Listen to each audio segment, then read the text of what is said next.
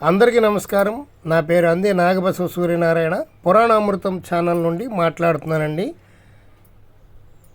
ఇప్పుడు మనం కర్ణాటకలోని హాసన్ పట్టణానికి 50 కిలోమీటర్ల దూరంలో ఉన్నటువంటి శ్రావణ బెళగొళ అనేటువంటి గ్రామంలో ఉన్నామండి. ఇక్కడ చూడండి, బాహుబలి విగ్రహం ఎంత అద్భుతంగా ఉందో.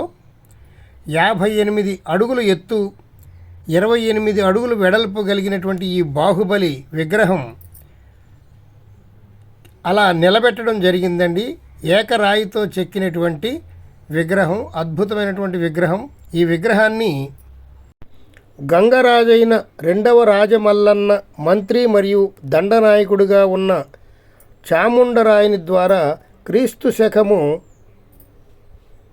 981లో నిర్మించబడిందండి.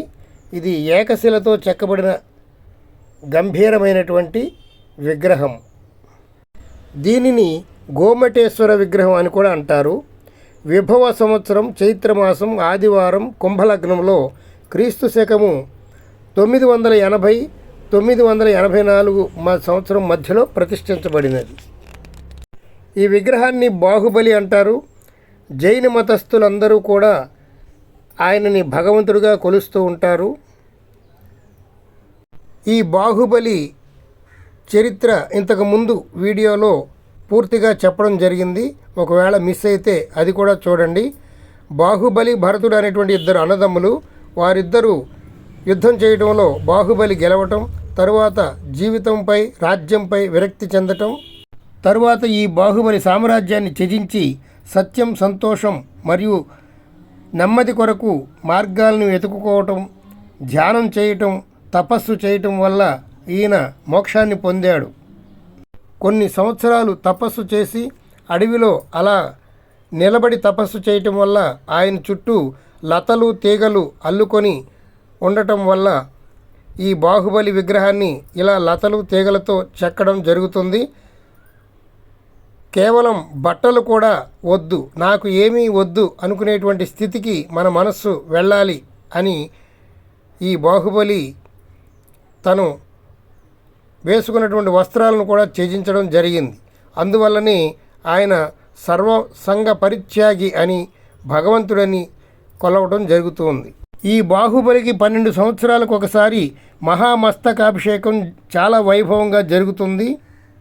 ఆ సమయంలో నలుమూలల నుండి వేలాది సంఖ్యలో జైన భక్తులు తండోపతండాలుగా వస్తూ ఉంటారు. ఈ బాహుబలిని దర్శనం చేసుకొని భక్తిపూర్వకంగా పూజలు చేసుకొని కృతార్థులవుతారు.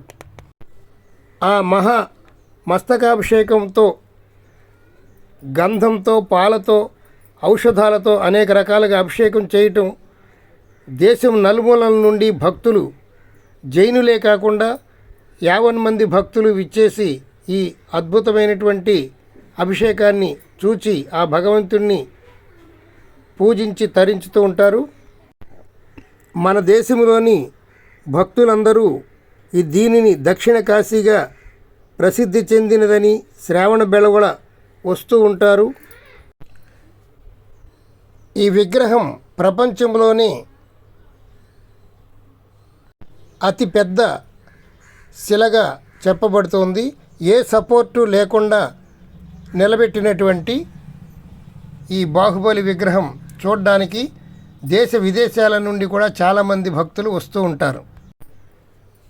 క్రింద నుంచి ఈ బాహుబలి విగ్రహాన్ని చేరుకోవడానికి సుమారుగా 650 మెట్లు ఉన్నవి. అవి మెట్లు ఎక్కడానికి కష్టంగా ఉండదండి. ఒకే రాయి కొండ కాబట్టి అవి మెట్లుగా చెక్కడం వల్ల సులువుగా ప్రతి వాళ్ళు ఎక్కగలుగుతారు. ఈ వీడియో చివరి వరకు చూడండి, చాలా అద్భుతంగా ఉంటుంది. మెట్లు దిగేటప్పుడు భక్తుల అనుభవాలు, అక్కడ ఉన్నటువంటి శాసనాలు, అందమైనటువంటి సీనరీసు చాలా అద్భుతంగా ఉంటాయి. వీడియో చివరి వరకు చూడండి. ఈ కొండ మీద నుండి నేను క్రిందకి దిగేటప్పుడు సన్సెట్ దృశ్యాలు చాలా మనోహరంగా వచ్చాయి. ఎప్పుడూ కూడా అంత అందమైనటువంటి సన్సెట్ని నేను చూడలేదు. ఆ సూర్యుడి నుండి వచ్చేటువంటి బంగారు కిరణాలు ఇక్కడ ఈ విద్యాపర్వతాన్ని తాకడం చాలా అద్భుతమైనటువంటి దృశ్యాలు మనోహరంగా ఉన్నాయి. వీడియో చివరి వరకు చూడండి, చాలా బాగుంటుంది. స్కిప్ చేస్తే మీకు ఆ అందమైనటువంటి దృశ్యాలు మీరు మిస్ అయిపోతారు. అందువల్ల వీడియో చివరి వరకు స్కిప్ చేయకుండా చూడండి. బాహుబలి అంటే అనేక అర్థాలు వస్తాయి. బాహుబలి అంటే బలశాలి, పరాక్రమవంతుడు, తెలివైనటువంటి వాడు, మల్లయుద్ధ ప్రవీణుడు, ముష్టియుద్ధ ప్రవీణుడు, జలయుద్ధములో నిష్ణాతుడు అని వీళ్ళందరినీ కూడా బాహుబలి అంటారు. చాలా బలం కలవాడు అని అర్థం. ఈ బాహుబలి అనునతను ఇక్ష్వాక వంశస్థుడు. వృషభనాథుడు అనేటువంటి రాజు యొక్క కొడుకు. ఆ రాజుకి 2 భార్యల వలన 2 కుమారులు కలగడం. ఒకడు భరతుడు, రెండోవాడు బాహుబలి. చూడండి, సూర్యకిరణాలు, సూర్యాస్తమయ కిరణాలు, బంగారపు కిరణాలు ఈ విద్యాగిరిపై ప్రసరింపజేస్తున్నాడు సూర్యభగవానుడు. ఇలాంటి సన్సెట్ నేను ఎప్పుడూ చూడలేదు. ఇది మీ అందరికీ చూపించేటువంటి అదృష్టం నాకు కలగటం నిజంగా భగవంతుడు ఇచ్చినటువంటి అవకాశం. చూడండి ఎంత అద్భుతంగా ఉందో. సూర్య భగవాన్ నుండి వచ్చినటువంటి బంగారు కిరణాలు.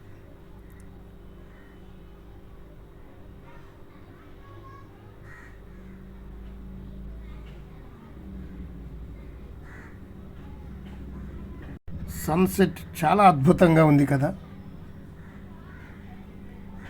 మన ప్రకృతిలో ఎన్నో అందాలు దాగి ఉంటాయి. అవి మనం గమనిస్తూ ఉంటే మన మనస్సుకి ఎంతో ఆనందాన్ని కలుగజేస్తాయి. ప్రకృతిలో ఆకాశం వంకు ఒకసారి చూడండి. కొన్నిసార్లు ఆకాశమంతా అనేక రంగులతో చిత్ర విచిత్రంగా కనబడుతూ ఉంటుంది. ఆ ప్రకృతి అందాలను ఆస్వాదించడమే ఆనందానికి మూలం.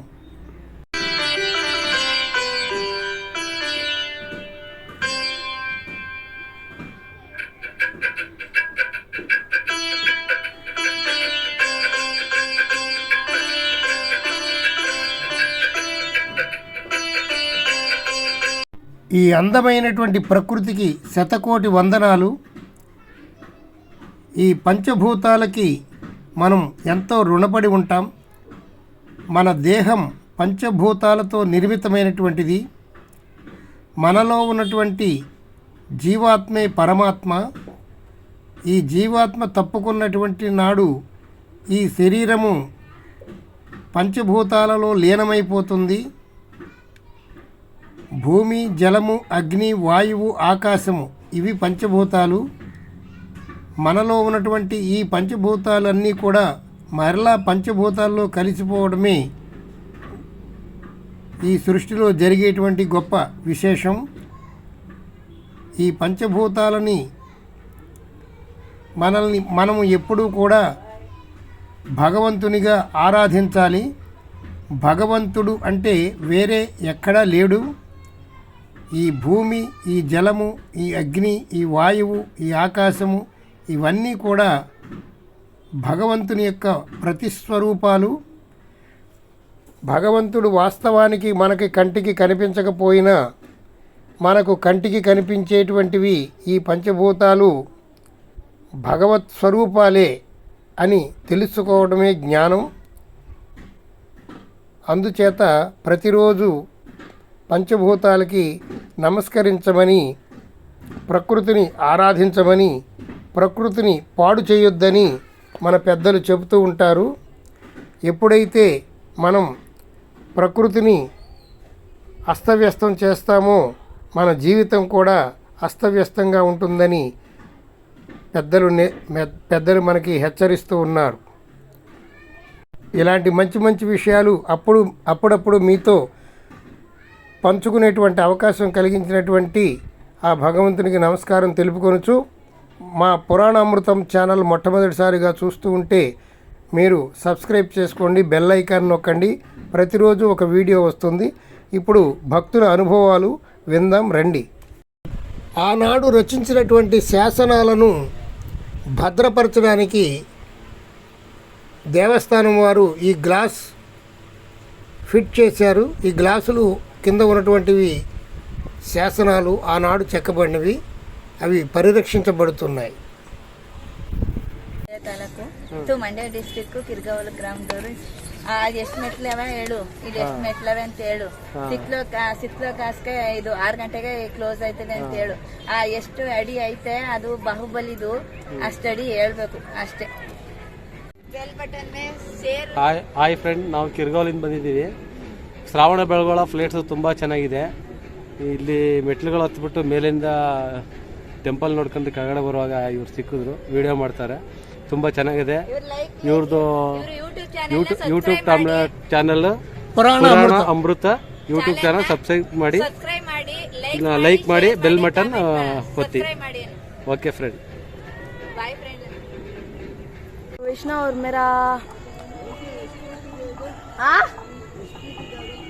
याद हो, मेरा नाम है वैष्णव और मैं 7th स्टैंडर्ड में पढ़ता हूँ. और हाय, my name is Vaishnav and I am studying in 7th standard. And my father name is Somshakar and my mother name is Nagratna.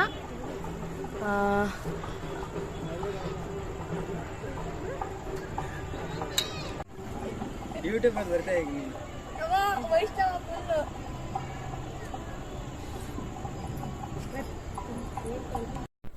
భక్తుల అనుభవాలు విన్నాం కదండి. ఎంతో దూరం నుండి ఈ శ్రావణ బెళగల విద్యాగిరికి వస్తూ ఉంటారు భక్తులు. ఇక్కడికి వస్తే మనసు ఎంతో ప్రశాంతంగా ఉందండి. ఆ భగవంతుడిని చూచిన తర్వాత అద్భుతమైనటువంటి అనుభూతి మనకు కలుగుతుంది. ఎన్ని మెట్లు ఎక్కినా మనకి శ్రమ అనిపించదు. సుమారు 650 మెట్లు ఎక్కడం దిగటం అయినప్పటికీ కూడా ఏమాత్రం శ్రమ అనుభవించలేదు. ఆ కొండ మీద నుండి కనపడేటువంటి అద్భుతమైనటువంటి దృశ్యాలు మన మనస్సుని రంజింపజేస్తాయి. చూడండి, కోనేరు ఎంత అందంగా ఉందో, అద్భుతమైనటువంటి కోనేరు. దీనికి కళ్యాణి అని పేరు పెట్టారు. బెళగొళ అని అంటే కన్నడలో కోనేరు, తెల్లని కోనేరు అని అర్థం. ఆ చివర కనబడుతున్నది చంద్రగిరి. ఆ చంద్రగిరి మధ్యలో ఉన్నటువంటి ఈ పట్టణం చూడండి, శ్రావణ బెళగొళ ఎంతో అద్భుతంగా ఉంది కదా. ఇలాంటి అందమైనటువంటి దృశ్యాలను మీరు మిస్ కాకుండా ఒక్కసారైనా ఈ శ్రావణ బెళగొళని సందర్శించండి.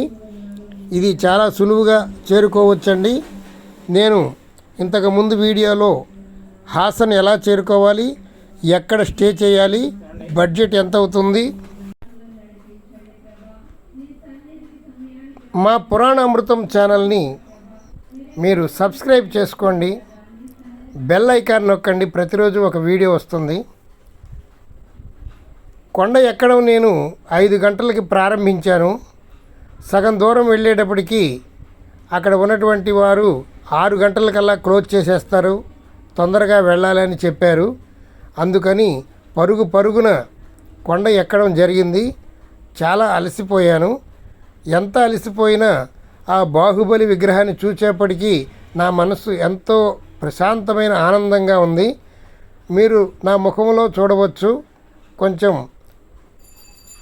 నీరసంగా కనబడుతున్నప్పటికీ మనసులో ఎంతో ఆనందాన్ని పొంది మళ్ళీ కొండ దిగి వస్తున్నాను.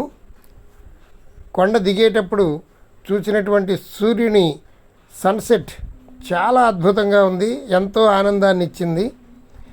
మన ప్రకృతిని చూడడానికి ఇతర దేశాలు వెళ్ళక్కర్లేదు. ఎన్నో మంచి విషయాలు మన దేశంలోనే అద్భుతమైనటువంటి క్షేత్రాలు ఇలాంటివి ఎన్నో ఉన్నాయి. ఇవన్నీ దర్శించినప్పుడు మనకు కలిగేటువంటి ఆనందం అద్భుతం. ఈ ఆనందాన్ని మీ బంధుమిత్రులందరికీ కూడా ఈ వీడియోని షేర్ చేయండి, వారు కూడా ఆనందపడతారు. ఇలాంటి మంచి వీడియోలు షేర్ చేయటం వల్ల వారు కూడా సంతోషిస్తారు. సర్వే జన సుఖినో భవంతు, సమస్త సన్మంగళాని సంతు, హరి ఓం తత్సత్. ఈ ప్రపంచంలో వారి అందరూ కూడా బాగుండాలి, అందులో నేనుండాలి అనేటువంటి నినాదంతో మనకు ముందుకు వెళదాం. ఇలాంటి మంచి దేశంలో పుట్టినందుకు మనం నిజంగా అదృష్టవంతులం. భారతదేశంలో ఉన్నటువంటి స్వతంత్రం ఏ దేశంలోనూ లేదు. జై భారత్ మాతా కీ జై.